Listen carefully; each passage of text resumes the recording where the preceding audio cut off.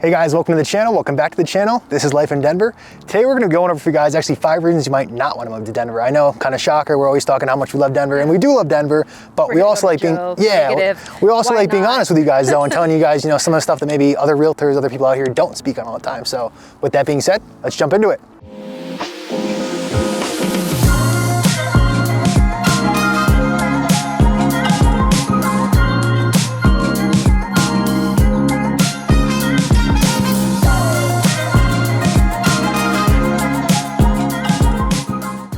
All right guys, so jumping into things, this is something you're gonna see organically that happens to honestly any big metro area that does just grow over time. But one of the first things that nobody always wants to address, but it's the truth, cost of living in Denver is rising quite a bit. National average, we covered it for you guys for 2023. It is about 37% higher to live, the cost of living here in Denver, as opposed to the rest of the US. Not to say the rest of the US is not coming up in price as well, but Denver specifically the last couple of years, super desirable place, super sought after place that a lot of people are moving to. So you're seeing that reflected in the home prices.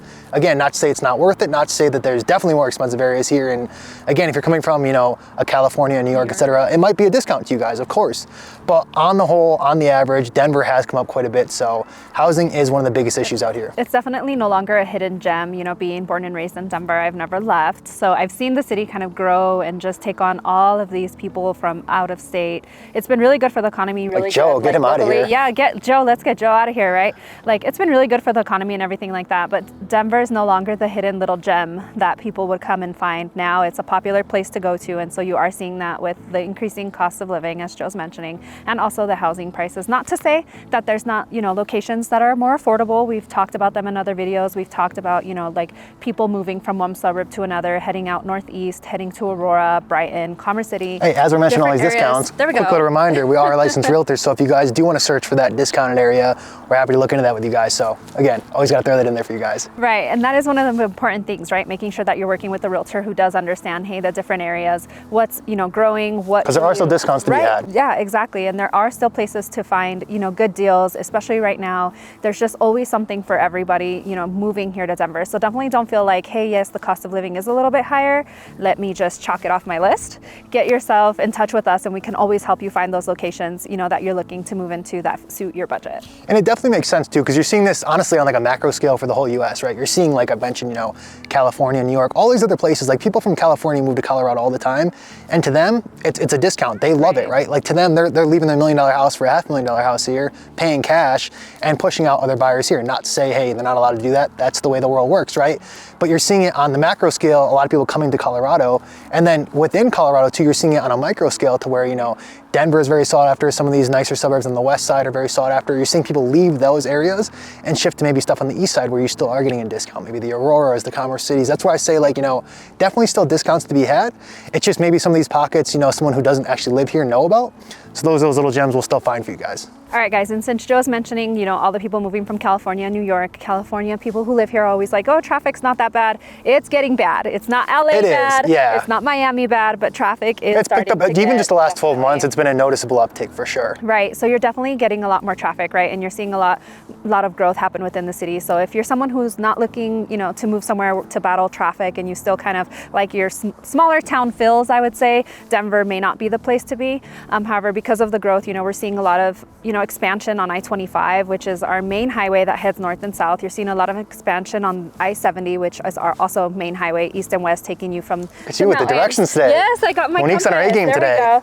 Making sure that you're getting into the high country, right, with I-70 or getting, out east or by DIA taking I-70. So definitely we're seeing that expansion and we're seeing that growth, especially, having all this population and all this influx of people moving into Denver. So definitely something, to call out in terms of that actually ties in a little bonus point I got for you guys here. So as Monique's calling out, yes, you are seeing more traffic. What comes with that is expansions of highways, expansions of just all the streets out here. I live near South Santa Fe, being in Littleton. That road is constantly under construction. Like I was just driving by the sign the other day and it's like construction until 2025. So that's a lovely gem I'm gonna deal with for the next 2 years.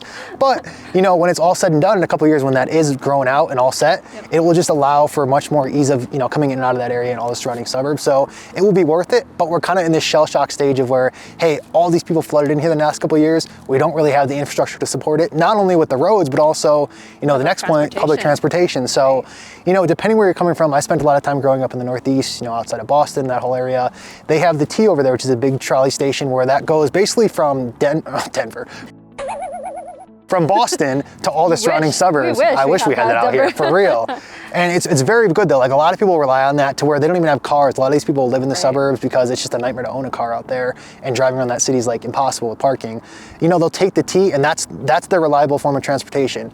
Not to say we don't have it. We have the light rail out here, and certain suburbs pick it up, but you can't move out here and just expect to move out here with no car and think I'm good to go. I can just rely on that. Some suburbs don't pick it up, so you're going to be in a tight spot. So again, you know, if you're looking at certain areas, if you don't want to have that car, if you really do want to try and, you know, roll with the light rail, we can help you find that.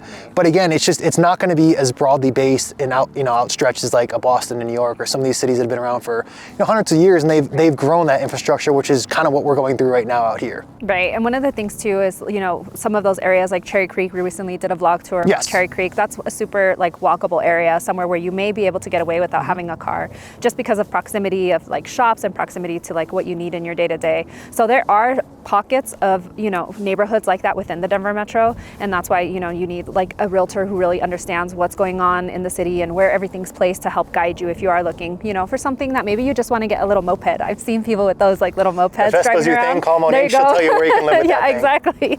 So definitely one of those things, you know, and just be considerate of that. Those places do exist, and just keep that in mind. Yeah, there are pockets you can get away with the no car life, but again, the other reason we say you might want the car too is like to get out to those mountains, there's not really like, you can take like, you know, trains out there once in a while, but if you want that ease of coming and going to go hike, to go ski and all that, we definitely recommend a car, just because you do kind of need it. And a lot of these other metros like New York and Boston, again, using that example, you're not necessarily driving 3 hours into the mountains on a regular basis. Like that just doesn't exist. You're staying in that city, so you get away with it.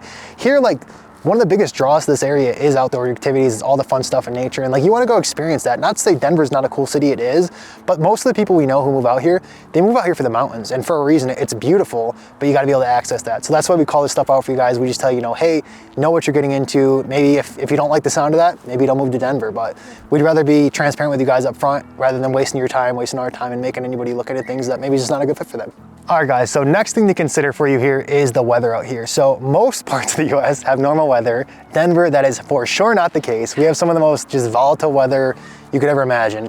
Some people love it. I actually am a fan of it. I think it's pretty cool. It always kind of keeps you on your toes. And we do get a ton of sunshine versus, you know, other parts of the US don't get that. So that's kind of the trade-off. But what you'll find is it's just variances in weather, variances in temperatures. I was going to like a Colorado Avalanche game last year. I remember this like vividly. I walked in, it was 92 degrees. I walked out, it was 42 degrees. So 50-degree clip in like the matter of 3-4 hours. And I was like, what just happened? Like I walked in like a t-shirt and I'm freezing as I'm leaving. So riding the Lime scooter home, that was a big regret, man. Those scooters are fun, but I was freezing on the way home on that thing. So yeah, bring a jacket. That's what he's saying. Always be prepared, because the weather is crazy. You hear us say it in other videos too, where it's like, you know, hey, hike in the morning, because sometimes you get those afternoon showers, like a Florida, for example. You know, you never know what you're gonna get out here, especially come wintertime now. I'm shivering a little bit early morning, comes to be midday, that sun comes out, and it goes from like 20 degrees to like 50 or 60. So it can be pros and cons. It can be nice in the wintertime because it breaks up those cold days, but you are always rolling dice with whatever you're gonna get the weather out here. Right, and it has happened too, where it's kind of interesting, where I've had like a couple clients who come and visit and have had the opportunity to go out. They come, they're staying, and they're seeing that the sun's out, and they go and they put on shorts, and we meet up, and they're like, I'm actually gonna go back upstairs and change because I thought it was gonna be a little warmer, and it's not as warm as it looks. So the sun can definitely be, I guess, like, you know, catfish you a little bit, in the sense of like, hey, it's beautiful, it's sunny, you know, today's a beautiful sunny day. Joe is freezing over here because he wasn't prepared. And I was ill prepared. Monique brought the jacket. I'm an idiot. Here we are. You know, that's how it goes. I'll learn someday. And then one of the things too about Denver is the dryness. So a lot of people do come and talk about, hey, it's really dry here. You know, I've had friends that come like from Hawaii or like visit in other areas, or even Florida, where it's more, you know, you get more humidity, nice humidity, less lotion. If you're coming, definitely bring the chapstick, definitely bring the lotion, because it does get really, really dry. See, this is where I'm regretting having this high def camera over here. I got the peeling skin myself from the dryness. Like, it will get you. I need a little bit of lotion myself today, but it's the reality of living out here. It's a trade-off. Definitely a ton of pros and cons living out here. Definitely more pros than cons, but just always like being honest with you guys as far as all the things, not only that we've realized, but you know, people we know have moved out here have realized over time. It's just, it's a harsh reality sometimes. No place is perfect, but Denver's about as close as it gets, I have to say. So last thing I want to call out for you guys, and you'll notice this whole video kind of ties together in the same idea of just, as more people come here, you deal with that, whether it's you know, housing going up, whether it's more traffic and congestion. The last thing is, you know, as this was a hidden gem, and just as locals have kind of, you know, enjoyed it for all the last years or so, you know, hiking, skiing, all these fun activities, they're starting to become more overcrowded too. And it's just, again, you know, these mountains were used to supporting X amount of people coming out here. Well, when the population, you know, doubles, well, that's what happens. The mountains start getting jammed up for the ski days, hiking gets to be trouble, you know, going back and forth on I-70 gets to be trouble. So what you find is that the most enjoyable times to hike, to ski, all that stuff, it's the weekdays, it's stuff like that. During the week. So if you have that flexibility, you'll have nobody up there. But come holiday weekends especially, I made some mistake last year going snowboarding. It was just like, dude, it takes 45 minutes to get on the ski lift. And then it's like you get one run in and you're stuck in that line again. I'm like, oh, this is not a fun time, right? So as you come out here, you start to learn how to navigate things. You start realizing like, hey, maybe I leave on a Thursday instead of a Friday, and then maybe I come back on a Saturday instead of a Sunday, stuff like that. You learn how to work it, but like anything else, right?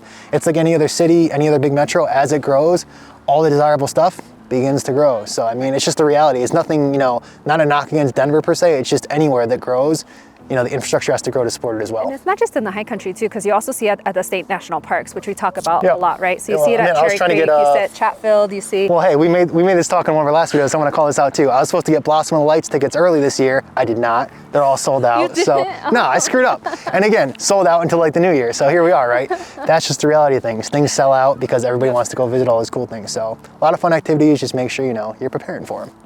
Guys, and as much as Joe and I do love making these videos for you, we would love to help with any real estate needs you may have. Please feel free to contact us at the information on your screen. We are the ones answering the text calls, emails, whatever the case may be.